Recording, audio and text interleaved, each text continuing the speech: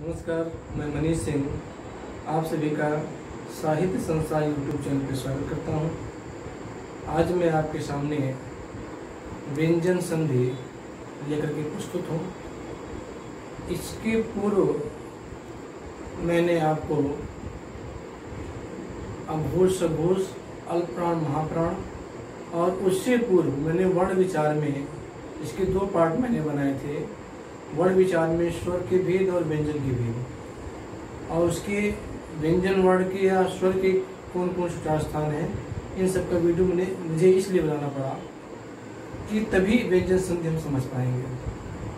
तो स्वर संधि के आज मैं व्यंजन संधि इसलिए बना रहा हूँ कि इससे पूर्व मैंने जो 4 वीडियो बनाए हैं इसीलिए बनाए थे जिससे हम सबको व्यंजन संधि समझने में दिक्कत ना हो। आइए हम चलते हैं सीधे टॉपिक पर। व्यंजन संधि, जैसे कि जब मैं आपको संधि का प्रकरण इससे पहले मैं बताया था तो मैंने ये बताया था जब दो वर्णों आपस में मिलते हैं और मिलने से जो विकार उत्पन्न होता है वो संधि कहलाते हैं। संधि के मैंने 3 भेद बताए थे, स्वर संधि, व्यंजन संधि, विसर्ग संधि। स्वर संधि के बारे में उसकी जो 5 भेद हैं इसका मैं वीडियो ऑलरेडी अपलोड कर चुका हूँ यूट्यूब पे। आज हम पढ़ेंगे व्यंजन संधि। व्यंजन संधि किसे कहते हैं ये हम देखते हैं, इसकी परिभाषा देखते हैं। मैंने परिभाषा ये लिखा है कि जब व्यंजन वर्ण के बाद व्यंजन अथवा स्वर वर्ण का मेल हो तो उससे जो विकार उत्पन्न होगा वह व्यंजन संधि कहलाती है। अभी मैं एक उदाहरण इसका बता देता हूँ मैं किसकी क्या बात कर रहा हूँ। जैसे एक उदाहरण है, दिक तो शब्द है जो प्रथम शब्द है उसका अंतिम अक्षर, ठीक है, और दूसरे शब्द का पहला अक्षर की बात हो रही है। तो इसमें कहा जा रहा है कि जब व्यंजन वर्ण जो व्यंजन वर्ण की बात हो रही है वह पहला जो शब्द है दिक, दिक के बाद जो अंतिम अक्षर है उसकी बात हो रही है, यानी क जो क नीचे हलंत लगा हुआ है उसकी बात हो रही है, इसकी बात हो रही है। तो हलंत इसलिए लगा हुआ है, अगर हलंत नहीं लगेगा तब तो ये व्यंजन नहीं होगा। ये व्यंजन में तो इसमें हलंत लगने मतलब ये है कि इसमें स्वर का लोप है। तो आप जब भी व्यंजन संधि देखेंगे या व्यंजन संधि या संधि विच्छेद आएगा तो जो शब्द हम संधि विच्छेद करेंगे तो जो प्रथम शब्द होगा, प्रथम शब्द का जो अंतिम अक्षर होगा उसके नीचे हलंत होगा तो व्यंजन संधि का उदाहरण होगा। अगर हलंत नहीं है तो व्यंजन संधि का उदाहरण नहीं होगा। और दूसरे शब्द का पहला अक्षर लिया जाता है, जैसे ई है, ये मैंने आपको बताया था। तो मैंने कहा कि जब व्यंजन वर्ण, ये व्यंजन वर्ण आपका हो गया, क्या हो गया, व्यंजन वर्ण के बाद व्यंजन या स्वर आए, ये क्या है आपका स्वर है, ठीक है। अब उसका लेते हैं, एक है जगत धन नाथ, ये देख लेते हैं, ये क्या आपका व्यंजन है। जैसे मैंने आपको परिभाषा बताई, ये क्या है आपका व्यंजन है। यानी व्यंजन वर्ण के बाद चाहे स्वर आए अथवा व्यंजन आए, इन दोनों के मिलने से जो विकार उत्पन्न होगा वो व्यंजन संधि कहलाएगी। ठीक, क्लियर। अब हम चलते हैं, इसका पहला नियम क्या है व्यंजन संधि का।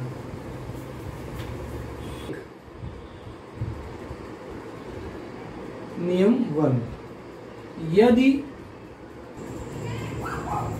देखिए इसका पहला नियम व्यंजन संधि का, यदि क च ट त प, ये मैंने आपको ध्यान होगा इसके पूर्व मैंने जो वीडियो बनाए थे वर्ण विचार में तो मैंने आपको अस्पर्श व्यंजन बताए थे।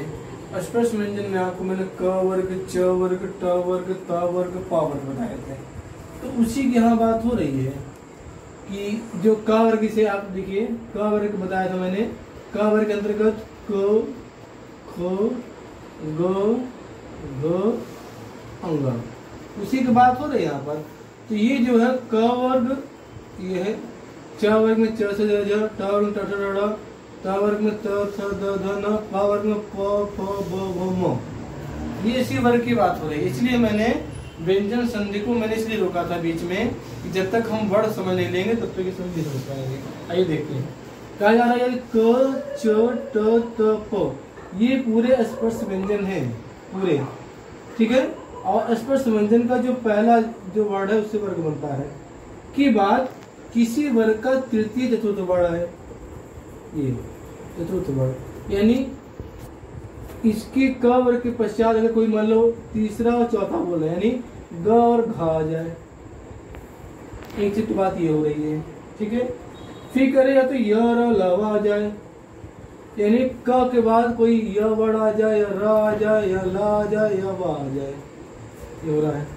फिर गए कोई स्वर आ जाए, कोई स्वर मतलब जो 11 स्वर बताया था आपको, वो उन स्वर में से कोई भी स्वर, ठीक है। 11 स्वर में जो आपको बताए थे अ आ इ ई उ री ए ओ औ, ये जो बताया था मैंने, कोई स्वर आए, कोई स्वर मतलब 11 स्वर में से कोई भी, तो क च ट प के स्थान पर अपने ही वर्ग का तीसरा वर्ण हो जाएगा। इसको हम आसान भाषा में समझते हैं। ये ऐसे मैं लिख दिया, वैसे मैं लिख रहा हूँ इस साइड में, क च ट त प के बाद या र ला आ जाए, या र ल आ जाए, ये बात हो रही है। फिर करे कोई स्वर आ जाए, तो जो आपको स्वर बताया मैंने अ ई उ री ए ओ औ, इनमें से कोई स्वर आ जाए, ठीक है, क्लियर। तो ये इनमें इसके बाद क च ट त प के बाद अगर ये सब आता है तो कागज यहाँ पर क्या आ जाएगा, उसी तरह के स्थान पर अपने वर्ग का तीसरा वर्ग, यानी कागज यहाँ पर क्या आ जाएगा, ग हो जाएगा, ओके। च की जगह पर क्या हो जाएगा, च छ, यहाँ पर ज हो जाएगा, तीसरा वर्ग, ठीक है। यहाँ पर हो जाएगा, क्या हो जाएगा, ट ठ ड, ड से डलिया डमरू, और फिर त से त थ द, तीसरा वर्ड में द आ जाएगा, प फ ब, क्या आ जाएगा, यहाँ पर आ जाएगा ब, तीसरा वर्ड हो जाएगा।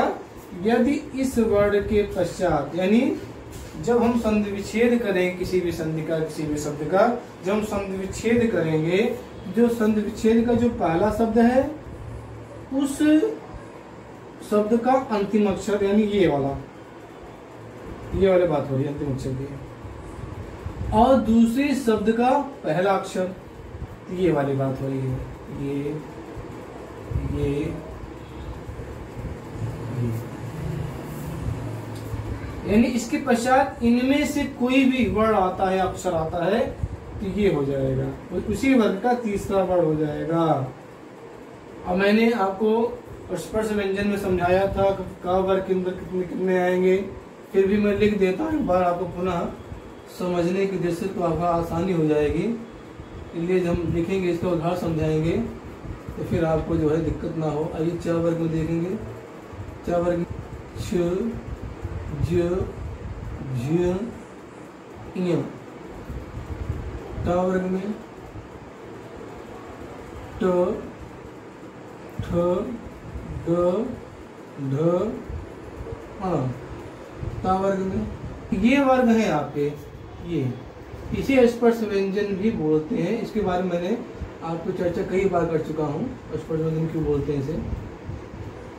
तो इसका बहुत ही रोल है। ये जो 5 वर्ग हैं, इन्हें स्पर्श व्यंजन कहते हैं, इन्हें वर्गीय व्यंजन भी कहते हैं। इन 5 वर्ग का व्यंजन संधि में सबसे बड़ा रोल है। इसीलिए मैंने स्वर संधि के पश्चात ब्रेक लिया था, जिसमें आपको वर्ण विचार पार्ट 1, वर्ण विचार पार्ट 2 समझाया, अघोष सघोष और अल्पप्राण महाप्राण समझाया, उसके बाद फिर व्यंजन संधि पे आया। इसका बड़ा रोल है, इसलिए आपको इसी दिमाग में जरूर बैठाना पड़ेगा कि क वर्ग के अंदर कौन कौन से वर्ड आते हैं, च वर्ग के अंदर कौन से आते हैं, ट वर्ग, त वर्ग, प वर्ग, ठीक है। तो नियम क्या बता रहा है कि अगर इसके बाद ये सब वर्ड आते हैं तो उसी का क्या हो जाएगा, तीसरा अक्षर हो जाएगा, ये तीसरा वर्ड हो जाएगा।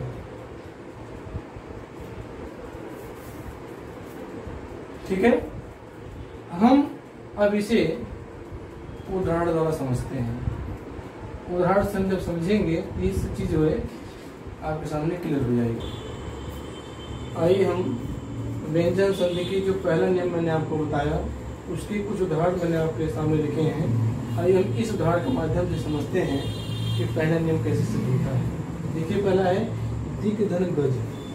ठीक, मैंने आपको बताया था नियम में कि जब क च ट त प के बाद ठीक तीसरा या चौथा वर्ण आता है या रा लावा आता है या कोई स्वर आता है तो उसी मतलब इसी क वर्ग का तीसरा वर्ण हो जाएगा। जैसे इसे दिक है और मैं एक व्यंजन संधि की आपको पहचान बता दूं कि जैसे हाई स्कूल इंटर कक्षाओं में पूछा जाता है तो व्यंजन संधि का पहचान ये है कि जब उसका संधि विच्छेद आएगा तो जो पहला शब्द है का अंतिम अक्षर है उसके नीचे अनंत लगा होगा। पहली पहचान तो व्यंजन संधि की है।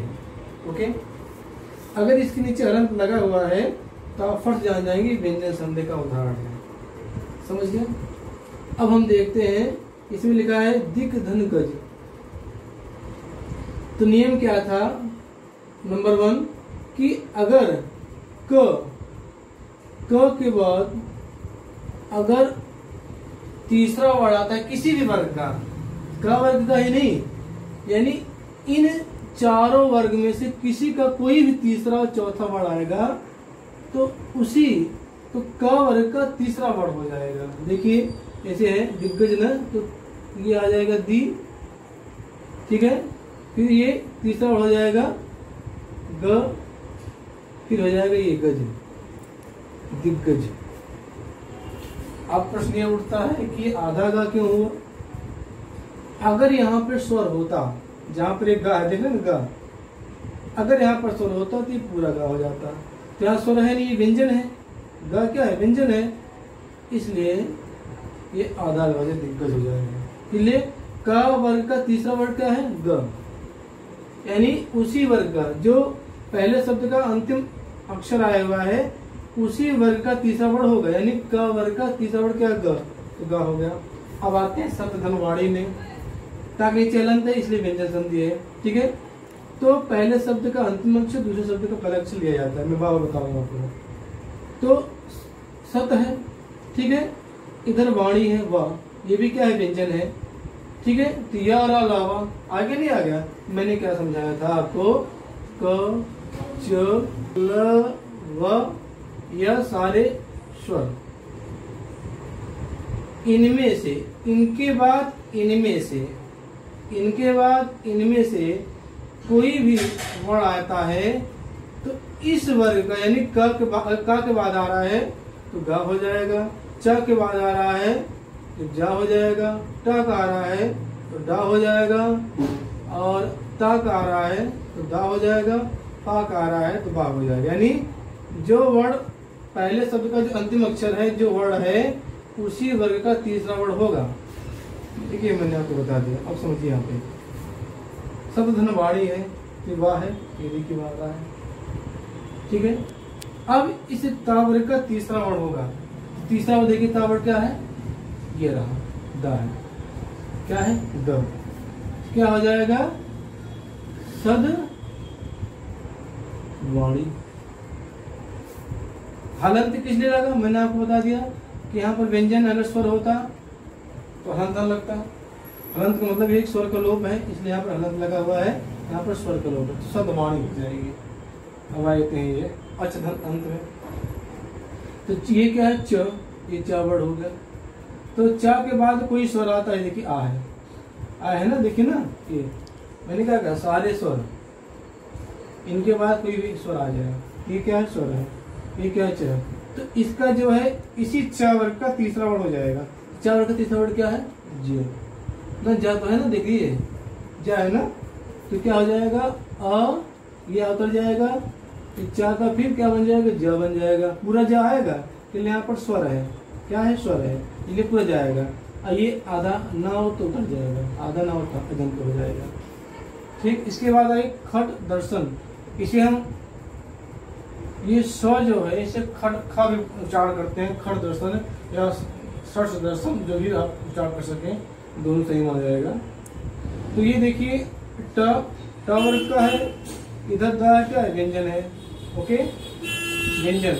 द क्या है, तीसरा या चौथा वर्ण में बताया था कि इसके बाद कोई तीसरा चौथा वर्ण आ जाए या 11 लव आ जाए, सारे स्वर आ जाए। ये कौन है, तीसरा वर्ण 11 है, देख रहे हैं ना, तीसरा वर्ण आ रहा है। तो ट वर्ग का तीसरा वर्ण हो जाएगा, यानी ये पहले हम मूर्धन्य सा उतारते हैं पहले, फिर ट का तीसरा वर्ण क्या है, ट वर्ग का ड किया जाएगा। ठीक है, अब यहाँ पर कोई स्वर तो है नहीं, व्यंजन है, इसलिए इसके नीचे अनंत आ जाएगा और ये पूरा उतर जाएगा, ये पूरा उतर जाएगा। खड़ दर्शन ये उतर जाएगा। फिर आके देखिए वाक धन जाल, ये क्या है, व्यंजन है, ये भी क्या है, व्यंजन है। ठीक है, तो ये कौन सा जल, कौन सा है, तीसरा वर्ड है ना, देखिए तीसरा वर्ड है। तो क वर्ग का तीसरा वर्ड हो जाएगा, यानी ग, ये है, हो जाएगा, क्या हो जाएगा, वाग जाल।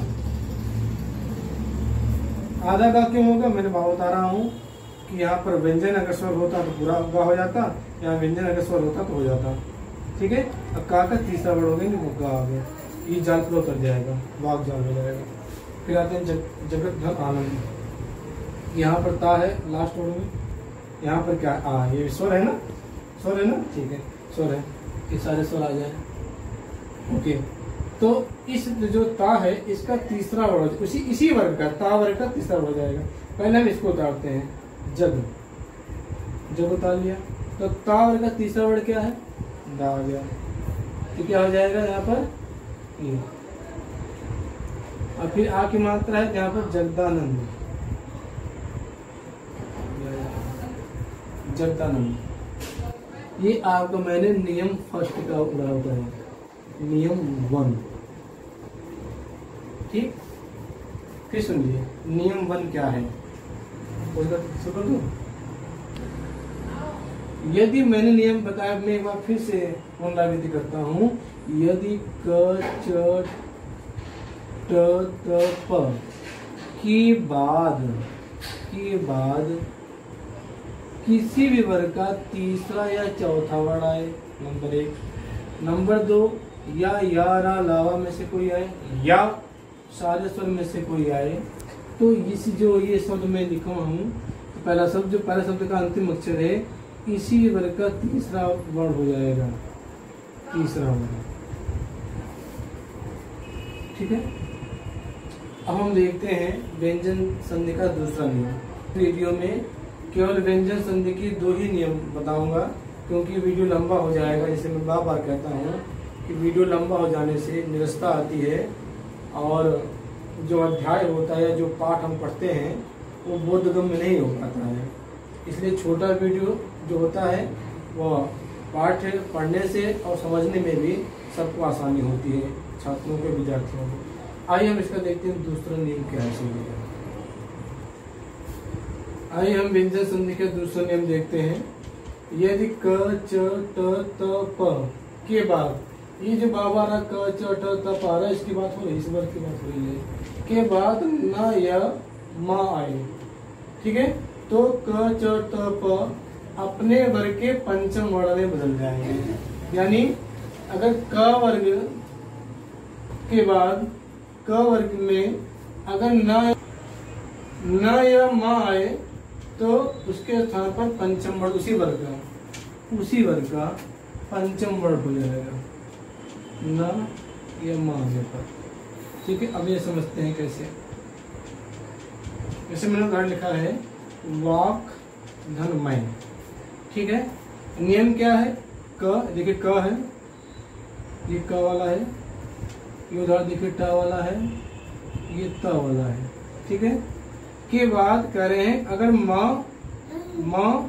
या न आता है, तो क वर्ग के बाद अगर ये म आता है, दूसरा शब्द का जो पहला अक्षर जाता है, तो क वर्ग का उसी वर्ग का पांचवा वर्णी ये हो जाएगा। अगर न या म आता है, च वर्ग का यहाँ हो जाएगा, टा वर्ग का अड़ा, ता वर्ग का न, पा वर्ग का म हो जाएगा।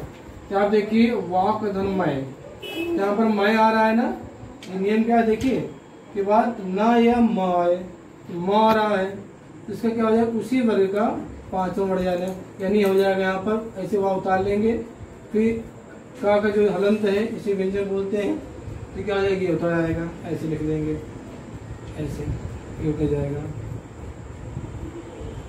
ये माँ है इसलिए यहाँ पर हलंत आएगा। इसे मैंने आपको बताया था अगर यहाँ पर स्वर होता तो हलंत ना लगता, लेकिन यहाँ पर व्यंजन है इसलिए हलंत हो जाएगा।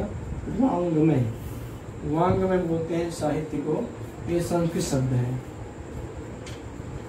संस्कृत शब्द है ये, इसका अर्थ होता है साहित्य,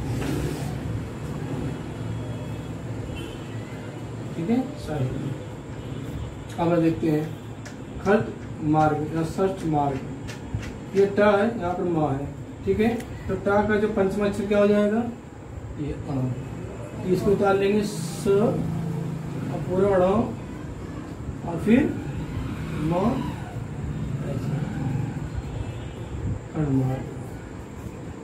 ठीक है। फिर आइए यहाँ पर हलंत लग जाएगा इसलिए यहाँ पर स्वर नहीं है। फिर आइए उत धन नति है, देख रहे हैं ना ये, तो इसके बाद ना आ रहा है, पहले शब्द का अंतिम अक्षर लिया जाता है, दूसरे शब्द का पहला अक्षर लिया जाता है, तो तक नीचे हलंत है, ये व्यंजन संधि है, व्यंजन वर्ण है, इसलिए स्वर का लोप है, तो ता के बाद ना आ रहा है तो ता के पांचवा वर्ण हो जाएगा, यानी ता वर्ग का पांचवा देखिए ना, तो क्या आ जाएगा उ आ जाएगा, फिर आधा ना आ जाएगा, पूरा ना, फिर तब उन्नति, आधा ना इसलिए हो जाएगा कि यहाँ पर जो है व्यंजन है तो ता का आधा ना हो जाएगा और नति जो होता रहेगा ये हो जाएगा उन्नति। ये जो मैंने आज आपको इस वीडियो में व्यंजन संधि के जो दो नियम समझाए ये बहुत ही महत्वपूर्ण है, परीक्षाओं में अधिकतर इसी दो नियम के उदाहरण जो है परीक्षा में पूछे जाते हैं, कभी कभी संधि दे देते हैं, संधि विच्छेद कीजिए। व्यंजन संधि के जो आज मैंने दो नियम आपको समझाए ये बहुत ही महत्वपूर्ण नियम है, जो माध्यमिक शिक्षा परिषद से जो विद्यार्थी पढ़ रहे हैं 11th और 12th के जो विद्यार्थी हैं उनमें व्यंजन संधि की इसी दो नियमों से पूछा जाता है। तो मैंने आपको इस वीडियो में बड़े ही सरल तरीके से आपको व्यंजन संधि के पहला नियम और दूसरा नियम समझाने की कोशिश की है उदाहरण के द्वारा। फिर भी अगर आपको कोई दिक्कत है तो आप मेरे YouTube चैनल साहित्य संसार में जाएंगे, कमेंट में लिखेंगे, मैं आपकी समस्या का निदान अवश्य करूँगा। मैं फिर अगले नए वीडियो में व्यंजन संधि के जो तीसरा और चौथा नियम और पांचवा नियम है, इसमें 5 नियम आपको बताएंगे जो महत्वपूर्ण नियम है। तो 2 मैंने इस वीडियो में बता दिया और जो 3 रह गए हैं मैं नेक्स्ट वीडियो में जब बनाऊंगा तो व्यंजन संधि की जो 3 नियम रह गए आपको बताऊंगा। तब तक के लिए आपका बहुत बहुत धन्यवाद। Thank you.